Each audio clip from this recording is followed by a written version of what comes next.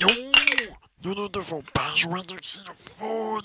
Mais pourtant, nous sommes musiciens précieux. Non. Je serai l'ego plein de défauts, je sur la peau, même pas de os. Tout frénétique changera que brique, le sens de la brique.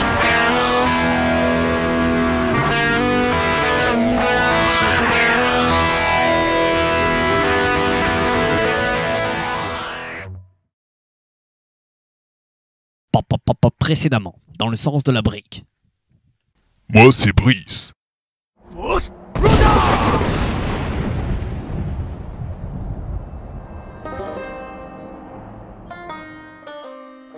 Il était une fois, dans une lointaine forêt enchantée, vivait une petite grenouille verte nommée Brice. Brice était doué d'une intelligence remarquable, ce qui à l'école des grenouilles lui octroyait de véritables bonnes notes. Il vivait donc heureux, bien qu'il finît par être la cible de toutes les mesquines paroles qui circulaient parmi ses camarades. Hé, ça sent le vécu.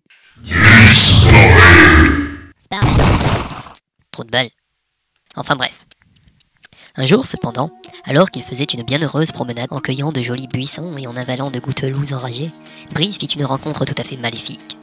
Il s'agissait d'une méchante sorcière qui, dans sa suprême méchanceté, le transforma en un nouvel être mi-bestial, mi-monstrueux, contraint de se déplacer sur 2 jambes et de trimballer 2 bras inutiles. Ce n'était tout de même pas en humain qu'il fut changé, la sorcière elle-même n'était suffisamment emplie de méprise pour cela, mais Brice devint un pitoyable être de l'ego. Privé de toute la liberté qui lui restait, Brice fut chassé des siens, et fut contraint de trouver une place au sein du nouveau monde qui l'attendait. Les autres Legos ne semblaient pas s'intéresser aux choses intelligentes et subtiles, aussi notre personnage s'essaya à diverses tâches, mais qui n'étaient jamais à la hauteur. Il tenta même de s'inviter dans le buzz internet.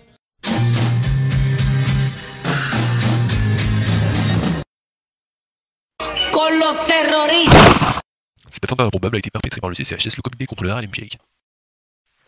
Cela ne lui réussissait évidemment pas non plus, et il était accablé par de nouveaux commentaires dépréciateurs. Mort de rire, rire, rire, rire, rire, rire, rire, rire, rire, rire, rire, rire, rire, rire, rire. Désespéré, il s'engagea dans l'armée pour tenter de sauvegarder un semblant d'utilité. Les généraux, forts de voir quelqu'un d'aussi futé et d'aussi bondissant dans leur rang, le remarquèrent rapidement. Brice grimpa les échelons, et c'est même ainsi qu'il lui fut finalement confié le commandement d'une bataille cruciale de la guerre américaine du Vietnam de 1214, où il perdit la moitié de son cerveau.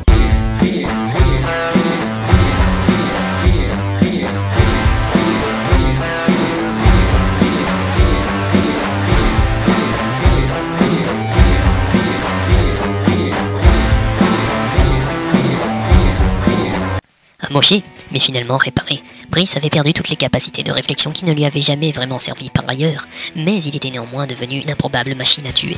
Il était resté dans l'armée, mais n'était plus utilisé que pour les cas de force majeure, où il prenait un malin plaisir à arracher les tripes de ses adversaires, puis à les remplir avec leurs couilles.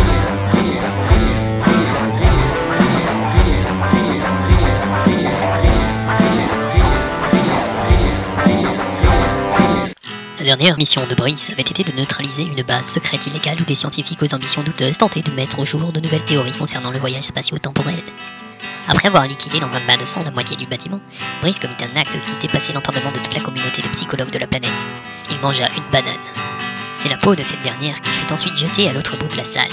Elle atterrit sur une pile instable de matos de physiciens qui s'écroula. Et c'est ainsi qu'une clé à molette glissa jusqu'à se placer entre 2 fusibles de la dernière machine test conçue dans le bâtiment. Une machine à modifier l'espace-temps qu'on n'avait pas réussi à faire fonctionner jusqu'alors. Brice venait d'atterrir dans un monde pas tellement différent du sien, mais où personne ne le connaissait encore, et qu'il explora tranquillement quelques années, en attendant qu'un événement fût digne de le pousser à ressortir les armes. Mais la suite est à venir. Rire, rire, rire.